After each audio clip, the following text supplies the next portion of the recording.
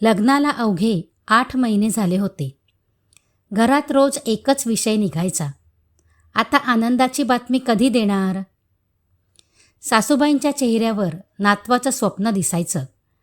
सासरेही हसत त्याच विषयावर बोलायचे आणि विशालही कधी गंमत करत तर कधी प्रेमाने नेहाला चिडवायचा. नेहा प्रत्येक वेळी लाजून मान खाली घालायची.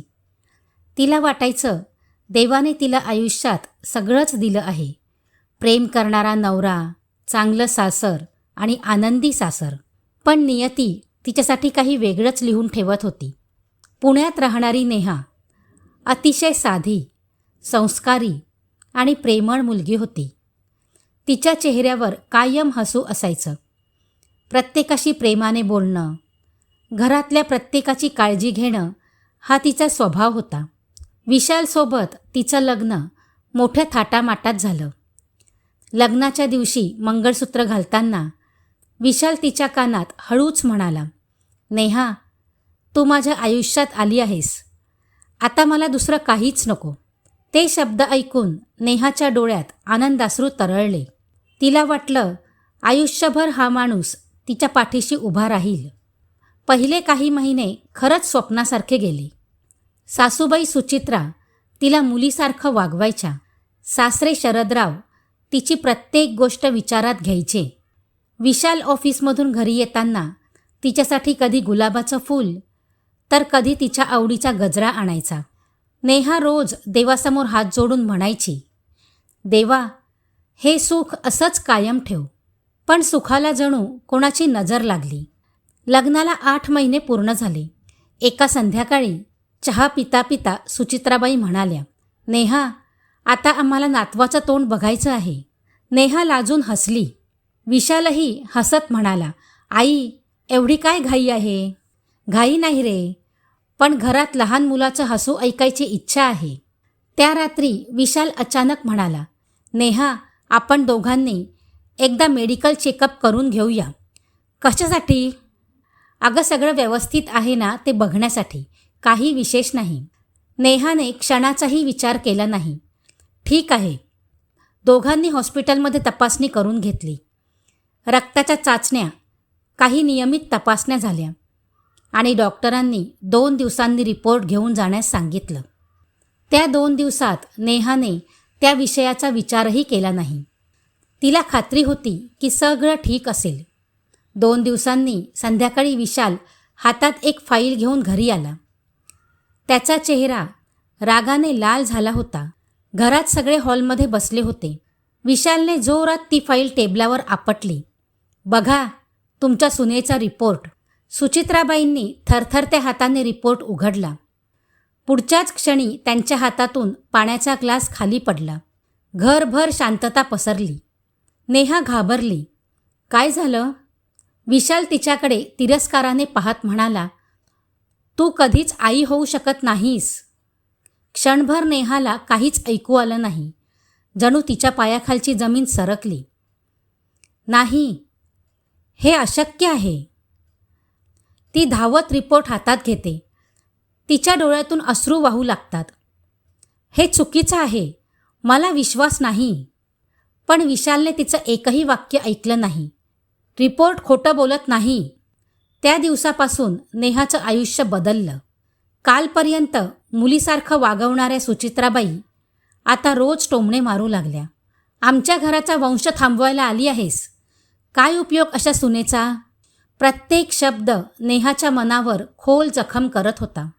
विशालही दिवसेंदिवस बदलत गेला. तो तिच्याशी बोलणं कमी करू लागला. जेवणाच्या टेबलावर दोघं समोरासमोर बसायचे, पण एक शब्दही बोलला जात नव्हता. रात्री तो मुद्दाम तिच्याकडे पाठ करून झोपायचा. नेहा मात्र उशीत तोंड खुपसून रडत राहायची. एके रात्री तिने धाडस करून विचारलं, विशाल, आपण पुन्हा एकदा टेस्ट करूया का? विशाल संतापला. काही गरज नाही. पण मला काही ऐकायचं नाही. एक रिपोर्ट चुकीचाही असू शकतो. बस, परत परत टेस्ट करून काही रिपोर्ट बदलणार नाही. ते शब्द ऐकून नेहाचं हृदय अक्षरशः तुटलं. तिला वाटलं होतं की किमान तिचा नवरा तरी तिच्यावर विश्वास ठेवेल, पण त्यानेही तिला एकदाही समजून घेण्याचा प्रयत्न केला नाही. दिवस जात होते आणि तिचा अपमान वाढत होता. घरात कोणी तिच्याशी नीट बोलत नव्हतं. सण, समारंभ, पूजा, प्रत्येक ठिकाणी तिला मुद्दाम बाजूला ठेवलं जायचं. एक दिवस सकाळी सुचित्राबाई शेजारणीशी बोलत होत्या. नेहा स्वयंपाकघरात उभी होती. सुचित्राबाई मुद्दाम मोठ्याने म्हणाल्या, काही लोकांचं नशीबच अशुभ असतं. नेहाच्या डोळ्यात पाणी आलं. ती शांतपणे तिच्या खोलीत जाऊन रडू लागली. तिला आता स्वतःचाच तिरस्कार वाटू लागला होता. खरंच माझ्यात दोष आहे का? हा प्रश्न तिला दिवस रात्र सतावत होता. पण तिच्या मनात अजूनही एकच आशा होती. एक दिवस विशाल तिच्यावर विश्वास ठेवेल. तो पुन्हा एकदा तपासणी करायला तयार होईल आणि मग सगळं पूर्वीसारखं होईल. पण नियतीने तिच्यासाठी आणखी मोठा आघात राखून ठेवला होता. घरातला प्रत्येक दिवस नेहासाठी शिक्षा बनला होता. सकाळपासून रात्रीपर्यंत तिच्या कानावर एकच शब्द पडायचा, वांझ. ती कितीही काम करत असली, कितीही शांत राहत असली, तरी कोणाच्याही वागण्यात तिच्यासाठी माया उरली नव्हती. एक संध्याकाळी विशाल ऑफिसमधून घरी आला. त्याच्या हातात एक तपकिरी रंगाची फाईल होती. तो काहीही न बोलता नेहासमोर येऊन उभा राहिला. यावर सही कर. नेहाने थरथरत्या हाताने फाईल उघडली. पहिल्याच पानावर मोठ्या अक्षरात लिहिलं होतं, घटस्फोटाचा अर्ज. तिच्या हातातून फाईल खाली पडली. विशाल, हे काय आहे? जे व्हायला हवं ते. पण माझी चूक तरी काय आहे? विशालचा चेहरा निर्विकार होता. मला माझं मूल हवं आहे. माझा वंश पुढे न्यायचा आहे. मी आयुष्यभर तुझ्यासोबत असं राहू शकत नाही. एकदा, फक्त एकदा माझ्यावर विश्वास ठेव. आपण दुसऱ्या डॉक्टरांकडे जाऊ. मला कुठेही जायचं नाही. कृपा करून सही कर. नेहाचे अश्रू थांबत नव्हते. तिने पुन्हा त्याच्या पायाशी बसून विनवणी केली. विशाल, मला सोडून देऊ नकोस. मी काही चुकीचं केलेलं नाही. विशालने तिचा हात झटकला. तुझ्यामुळे माझं आयुष्य थांबणार नाही. त्या रात्री नेहा पहाटेपर्यंत रडत बसली. दुसऱ्या दिवशी सकाळी सुचित्राबाईंनी तिच्या हातात बॅग दिली. तुझे कपडे भर. नेहा त्यांच्याकडे अविश्वासाने पाहत राहिली. आई, मला खरंच घराबाहेर काढणार आहात? तुझ्यासारख्या मुलीला घरात ठेवून काय माझ्या मुलाचं आयुष्य खराब करायचं आहे? मी कुठे जाऊ? तो तुझा प्रश्न आहे. शरदरावही काहीच बोलले नाही. त्यांनी फक्त नजर वळवली. नेहाने शेवटचं एकदा विशालकडे पाहिलं. कदाचित तो थांबवेल. कदाचित तो म्हणेल, नेहा, कुठेही जाऊ नकोस. पण विशाल शांत उभा राहिला. त्याच्या चेहऱ्यावर कोणतीही भावना नव्हती. नेहाने डोळे पुसले, बॅग उचलली आणि ती घराबाहेर पडली.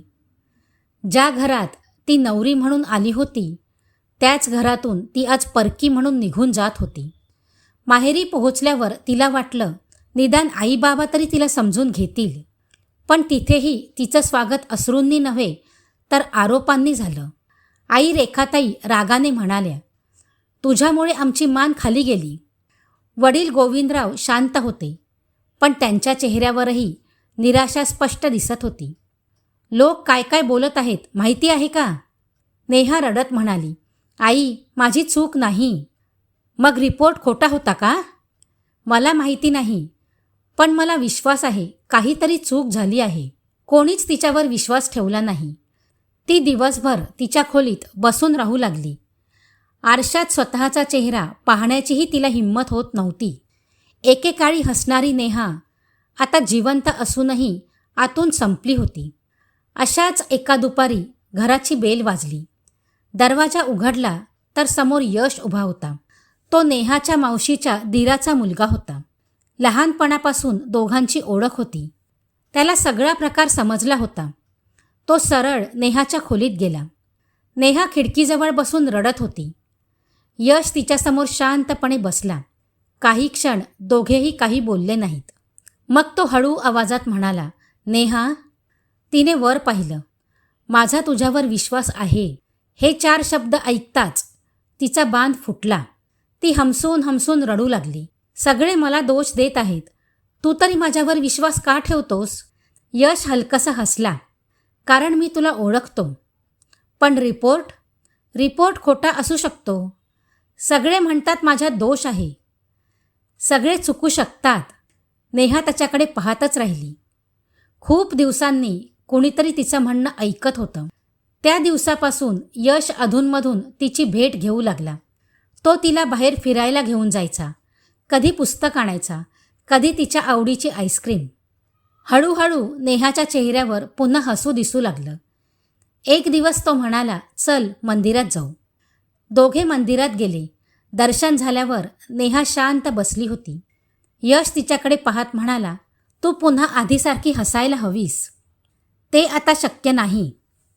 का? कारण माझं आयुष्य संपलं आहे. कोणी सांगितलं? जगाने. जगाचं ऐकणं बंद कर. ती काहीच बोलली नाही. काही महिन्यांनी यशला जाणवलं की त्याच्या मनात नेहाबद्दल फक्त सहानुभूती उरलेली नाही, तो नेहावर प्रेम करायला लागला होता. एक दिवस त्याने धाडस केलं. दोघे एका बागेत बसले होते. यशने तिच्याकडे पाहिलं. नेहा, मला तुला एक प्रश्न विचारायचा आहे. विचार. तू माझ्याशी लग्न करशील? क्षणात नेहाच्या चेहऱ्यावर आश्चर्य आणि भीतीचे भाव आले. काय? मी गंभीर आहे. तू वेडा झाला आहेस का? नाही. माझ्यासारख्या घटस्फोटित मुलीशी कोण लग्न करतं? मी आई होऊ शकत नाही. यशने तिचा हात हातात घेतला. मला मूल नकोय. नेहा त्याच्याकडे पाहत राहिली. मला फक्त तू हवी आहेस.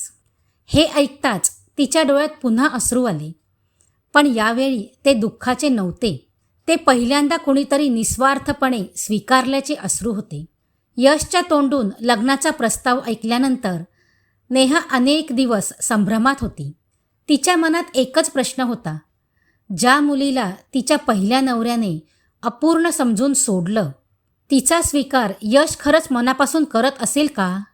दुसरीकडे यशने मात्र निर्णय बदलला नव्हता. त्याला माहिती होतं की नेहाला त्याच्या प्रेमापेक्षा त्याच्या विश्वासाची जास्त गरज आहे. काही दिवसांनी यशने दोन्ही कुटुंबांना घरी बोलावलं. सगळे हॉलमध्ये बसले होते. वातावरण गंभीर होतं. प्रत्येकाला वाटत होतं की काहीतरी महत्त्वाचं बोलायचं आहे. यश उठला आणि शांत पण ठाम आवाजात म्हणाला, आज मी तुमच्या सगळ्यांसमोर एक निर्णय जाहीर करणार आहे. मी नेहाशी लग्न करण्याचा निर्णय घेतला आहे. क्षणभर घरात पूर्ण शांतता पसरली. एका नातेवाईकाने लगेच प्रश्न केला, यश, तुला तिच्या भूतकाळाबद्दल सगळं माहिती आहे ना? हो. ती घटस्फोटित आहे, माहिती आहे. तिला मूल होऊ शकत नाही असं डॉक्टरांनी सांगितलं आहे.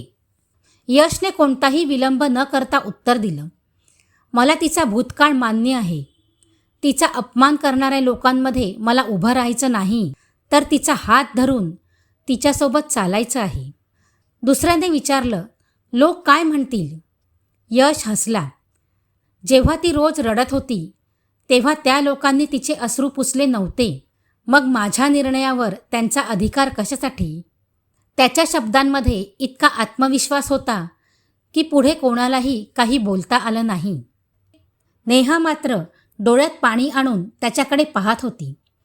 तिच्यासाठी कुणीतरी इतक्या ठामपणे उभं राहील याची तिने कल्पनाही केली नव्हती. शेवटी दोन्ही कुटुंबांनी या लग्नाला संमती दिली. यशची एकच अट होती, मला मोठा खर्च, बँडबाजा किंवा दिखावा नको. मला फक्त नेहाच्या चेहऱ्यावर पुन्हा हसू पाहायचं आहे. आठवड्याभरानंतर एका छोट्याशा मंदिरात त्यांचं लग्न पार पडलं. नेहाने साधी गुलाबी रंगाची साडी नेसली होती. केसात मोगऱ्याचा गजरा होता. चेहऱ्यावर हलकसं हसू होतं. पण डोळ्यात भूतकाळाच्या आठवणी अजूनही दाटून येत होत्या. यशने साधा पांढरा कुर्ता घातला होता. मंगलाष्टकं सुरू झाले. भटजींनी अक्षता टाकायला सांगितल्या. यशने प्रेमाने नेहाच्या गळ्यात मंगळसूत्र घातलं. नेहाच्या डोळ्यातून अश्रू वाहू लागले. तिच्या कानाजवळ यश हळूच म्हणाला, हे अश्रू शेवटचे असू देत. आजपासून तुला रडवण्याचा अधिकार कोणालाच नाही. नेहाने डोळे मिटले. मनातल्या मनात तिने देवाचे आभार मानले. पहिलं लग्न तिला आयुष्यभरासाठी जखमा देऊन गेलं होतं. हे लग्न त्या जखमांवर प्रेमाचं औषध ठरत होतं. लग्नानंतर यशच्या घरी नेहाचं मनापासून स्वागत करण्यात आलं. घर लहान होतं, पण प्रत्येकाच्या मनात तिच्यासाठी आपुलकी होती. पहिल्याच दिवशी यशची आई तिच्या हातात घराच्या चाव्या देत म्हणाली, हे घर आता तुझं आहे. सुनेपेक्षा मुलगी म्हणून राहा. नेहाच्या डोळ्यात पुन्हा अश्रू आले. तिला पहिल्यांदाच सासर म्हणजे खरंच घर वाटलं. रात्र झाली. खोली फुलांनी सजवली होती. पण नेहा मात्र पलंगाच्या एका टोकाला शांत बसली होती. तिच्या चेहऱ्यावर भीती स्पष्ट दिसत होती. भूतकाळ अजूनही तिच्या मनातून गेला नव्हता. थोड्याच वेळात यश खोलीत आला. त्याने नेहाकडे पाहिलं आणि लगेच तिची अवस्था ओळखली. तो तिच्यापासून थोड्या अंतरावर बसला. इतकी शांत का आहेस? नेहा हळू आवाजात म्हणाली, मला भीती वाटते. कशाची? पुन्हा सगळं तुटण्याची. यश काही क्षण शांत राहिला. मग तो म्हणाला, नेहा, आज तुला कोणतीही परीक्षा द्यायची नाही. ती त्याच्याकडे पाहू लागली. मला तुझ्या भूतकाळाशी काही देणं घेणं नाही. मला फक्त आपल्या भविष्याची काळजी आहे. नेहाच्या डोळ्यातून पुन्हा अश्रू वाहू लागले. यशने तिचा हात हलकेच हातात घेतला. जोपर्यंत मी आहे तोपर्यंत तुला एकटीने कोणताही संघर्ष करावा लागणार नाही. त्या एका वाक्याने तिच्या मनात साचलेली भीती हळूहळू दूर होऊ लागली. त्या रात्री त्यांनी आयुष्यभराच्या स्वप्नांबद्दल खूप गप्पा मारल्या. एकमेकांच्या आवडीनिवडी जाणून घेतल्या. भविष्यात फिरायला कुठे जायचं, छोटंसं घर कसं असावं, आयुष्य कसं जगायचं. बोलता बोलता रात्र कधी सरली दोघांनाही समजलं नाही. नेहाला आयुष्यात पहिल्यांदाच खरं सुरक्षित वाटत होतं. काळ पुढे सरकत गेला. लग्नाला 1 वर्ष पूर्ण झालं. यशचं प्रेम दिवसेंदिवस वाढतच होतं. एका सकाळी नेहाला थोडा अशक्तपणा जाणवला. यशने लगेच तिला डॉक्टरांकडे जाण्याचा आग्रह केला. तपासण्या झाल्या. काही तासांनी डॉक्टरांनी तिच्या हातात एक रिपोर्ट दिला. रिपोर्ट पाहताच नेहाचे हात थरथरू लागले. डोळ्यातून अश्रू वाहू लागले. ती काही न बोलता घरी आली. यशने तिचा चेहरा पाहताच विचारलं, नेहा, सगळं ठीक आहे ना? तिने शांतपणे त्याच्या हातात रिपोर्ट ठेवला. यशने रिपोर्ट उघडला. पुढच्याच क्षणी त्याच्या डोळ्यात आनंदाश्रू तरळले. रिपोर्टवर स्पष्ट लिहिलं होतं, प्रेग्नन्सी पॉझिटिव्ह. क्षणभर दोघेही एकमेकांकडे पाहतच राहिले. मग नेहा धावत जाऊन यशच्या मिठीत शिरली. यश, मी आई होणार आहे. यशने तिचे अश्रू पुसले. मी सांगितलं होतं ना, सत्य एक दिवस नक्की जिंकतं. त्या दिवशी त्यांच्या छोट्याशा घरात आनंदाचा उत्सव साजरा झाला. नेहाच्या आयुष्यात पुन्हा आनंद परतला होता. यश तिची अगदी लहान मुलासारखी काळजी घेत होता. वेळेवर औषधं, पौष्टिक जेवण, डॉक्टरांच्या नियमित तपासण्या, प्रत्येक गोष्टीत तो तिच्यासोबत होता. पण दुसरीकडे विशालच्या मनात मात्र प्रचंड अस्वस्थता निर्माण झाली होती. कारण एका ओळखीच्या व्यक्तीकडून त्याला समजलं की नेहा आई होणार आहे. ही बातमी ऐकताच त्याच्या हातातून मोबाईल खाली पडला. तो स्वतःशीच पुटपुटला, हे कसं शक्य आहे? डॉक्टरांच्या रिपोर्टमध्ये तर स्पष्ट लिहिलं होतं की ती कधीच आई होऊ शकत नाही. त्या रात्री विशालला झोप लागली नाही. सतत नेहाचा रडणारा चेहरा त्याच्या डोळ्यासमोर येत होता. विशाल, माझ्यावर विश्वास ठेव. एकदा पुन्हा टेस्ट करूया. तिचे ते शब्द त्याच्या कानात घुमत होते. पहाट होताच तो थेट त्या हॉस्पिटलमध्ये पोहोचला जिथे त्यांनी तपासणी केली होती. रिसेप्शनवर त्याने जुन्या तपासणीची माहिती मागितली. सुरुवातीला कर्मचाऱ्यांनी जुनी नोंद शोधण्यासाठी वेळ मागितला. काही वेळानंतर वरिष्ठ डॉक्टरांनी त्याला त्यांच्या केबिनमध्ये बोलावलं. संगणकावरील नोंदी तपासल्यानंतर डॉक्टर गंभीर आवाजात म्हणाले, मिस्टर विशाल, आमच्या रेकॉर्डनुसार तुमच्या पत्नीच्या नावाने असा कोणताही अंतिम रिपोर्ट जारी झालेला नाही. विशाल दचकला. काय म्हणताय तुम्ही? डॉक्टरांनी पुन्हा संपूर्ण फाईल तपासली. तपासणी झाली होती, पण तुम्ही दाखवत असलेला रिपोर्ट आमच्या हॉस्पिटलमधून दिलाच गेला नव्हता. विशालच्या कपाळावर घाम फुटला. म्हणजे तो रिपोर्ट खोटा होता? आमच्या नोंदी तसं सांगत आहेत. विशालच्या पायाखालची जमीन सरकली. त्याने लगेच अधिक चौकशी करण्याची विनंती केली. हॉस्पिटलच्या अंतर्गत तपासात आणखी एक धक्कादायक गोष्ट समोर आली. विशालची आई सुचित्राबाई आणि त्यांची दूरची नातेवाईक रश्मी यांनी मिळून तो रिपोर्ट बदलण्याचा कट रचला होता. रश्मीला अनेक वर्षांपासून विशालशी लग्न करायचं होतं. नेहा घरात आल्यापासून ती तिचा तिरस्कार करत होती. सुचित्राबाईंनाही नेहा कधीच मनापासून आवडली नव्हती. दोघांनी मिळून खोटा रिपोर्ट तयार करून विशालच्या हातात दिला. विशालला वाटलं तोच खरा रिपोर्ट आहे. त्याने एकदाही नेहाचं म्हणणं ऐकलं नाही. सगळे पुरावे पाहून विशाल खुर्चीत बसून रडू लागला. त्याला प्रत्येक क्षण आठवत होता. नेहा त्याच्या पायाशी बसून रडत होती. मी खोटं बोलत नाही, पण त्याने तिच्याकडे एकदाही विश्वासाने पाहिलं नव्हतं. विशाल संतापाने घरी पोहोचला. सुचित्राबाई हॉलमध्ये बसल्या होत्या. विशालने त्यांच्यासमोर हॉस्पिटलची फाईल फेकली. आई, हे खरं आहे का? त्यांच्या चेहऱ्याचा रंग उडाला. काही क्षण त्या शांत बसल्या. मग हळूच म्हणाल्या, हो, रिपोर्ट बदलला होता. का? विशालचा आवाज थरथरत होता. मला नेहा या घरची सून म्हणून नको होती, म्हणून तुम्ही एका निरपराध मुलीचं आयुष्य उद्ध्वस्त केलं? सुचित्राबाई रडू लागल्या. माझ्याकडून खूप मोठी चूक झाली. विशालच्या डोळ्यातही अश्रू होते. चूक नाही आई, पाप झालं आहे. त्या दिवसापासून विशाल आतून पूर्णपणे तुटून गेला. त्याला समजलं होतं की त्याने आयुष्यातली सर्वात मोठी चूक केली होती. 9 महिने पूर्ण झाले. नेहाला प्रसूतीच्या वेदना सुरू झाल्या. यश तिला तातडीने हॉस्पिटलमध्ये घेऊन गेला. ऑपरेशन थिएटरच्या बाहेर तो सतत येरझाऱ्या घालत होता. त्याच्या हातात नेहाचा रुमाल होता. डोळे मिटून तो फक्त एकच प्रार्थना करत होता, देवा, माझ्या नेहाला सुखरूप ठेव. आत नेहा वेदना सहन करत होती. प्रत्येक वेदनेसोबत तिचा भूतकाळ तिच्या डोळ्यांसमोर येत होता. विशाल, तो अपमान, ते अश्रू आणि अचानक तिच्या मनात यशचे शब्द घुमले. मी आहे ना. तिच्या ओठांवर हलकसं हसू उमटलं. काही वेळानंतर ऑपरेशन थिएटरचं दार उघडलं. नर्स बाहेर आली. यश धावत तिच्याजवळ गेला. नर्स हसत म्हणाली, अभिनंदन, तुम्हाला गोंडस मुलगी झाली आहे. क्षणभर यश स्तब्ध उभा राहिला. पुढच्याच क्षणी त्याच्या डोळ्यातून आनंदाश्रू वाहू लागले. ज्या स्त्रीला जगाने आई होऊ शकत नाही म्हणून हिणवलं होतं, ती आज एका सुंदर मुलीची आई झाली होती. थोड्याच वेळात विशाल हॉस्पिटलमध्ये पोहोचला. त्याच्यासोबत सुचित्राबाईही होत्या.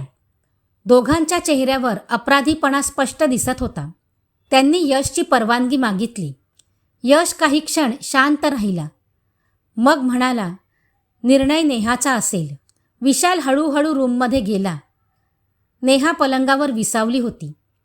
तिच्या कुशीत तिची चिमुकली मुलगी शांत झोपली होती. ते दृश्य पाहताच विशालच्या डोळ्यातून अश्रू वाहू लागले. तो तिच्यासमोर हात जोडून उभा राहिला. नेहा, मला माफ कर. नेहा शांतपणे त्याच्याकडे पाहत राहिली. मी तुझ्यावर विश्वास ठेवला नाही. त्याचा आवाज भरून आला. मी तुझं आयुष्य उद्ध्वस्त केलं. रूममध्ये काही क्षण शांतता पसरली. नेहाने तिच्या मुलीकडे पाहिलं, मग यशकडे आणि शेवटी विशालकडे. ती शांतपणे म्हणाली, विशाल, माफ करणं कठीण नाही.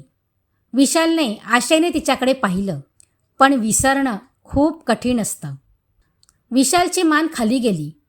नेहा पुढे म्हणाली, तू मला घराबाहेर काढलं होतंस, पण त्या दिवशी देवाने मला माझं खरं घर दाखवलं. तिने यशचा हात हातात घेतला. जेव्हा संपूर्ण जगाने मला दोष दिला होता, तेव्हा या माणसाने माझ्यावर विश्वास ठेवला. यशच्या डोळ्यातही पाणी आलं. नेहा पुन्हा विशालकडे पाहत म्हणाली, माझ्या मनात आता तुझ्याबद्दल राग नाही, पण माझं आयुष्य आता इथे आहे. विशालने डोळे पुसले. तो यशसमोर गेला. दोन्ही हात जोडत म्हणाला, धन्यवाद. जिचं आयुष्य मी उद्ध्वस्त केलं, तिला तू पुन्हा हसायला शिकवलंस. यशने त्याचे हात खाली घेतले. भूतकाळ बदलता येत नाही, पण त्यातून माणूस बदलू शकतो. विशाल काही न बोलता शांतपणे तिथून निघून गेला. त्याला समजलं होतं, काही चुका अशा असतात की त्यांची माफी मिळते, पण त्या कधीच दुरुस्त करता येत नाहीत. काही महिन्यांनंतर एका सुंदर संध्याकाळी नेहा, यश आणि त्यांची चिमुकली मुलगी बागेत खेळत होते. मुलीच्या खळखळून हसण्याने संपूर्ण वातावरण आनंदाने भरून गेलं होतं. यश तिच्यासोबत खेळत होता. नेहा त्या दोघांकडे पाहत हसत होती. एकेकाळी अश्रूंनी भरलेले तिचे डोळे आज समाधानाने चमकत होते, कारण तिला आता एक गोष्ट मनापासून पटली होती. देव कधीकधी आपल्या आयुष्यातून चुकीच्या माणसांना दूर करतो, कारण योग्य माणसाला आपल्या आयुष्यात येण्यासाठी जागा हवी असते. मित्रांनो, कथा आवडली असेल तर व्हिडिओला लाईक करा, शेअर करा आणि कमेंटही करा. आणि आपल्या चॅनलवर नवीन असाल तर चॅनलला सबस्क्राईब करा. धन्यवाद.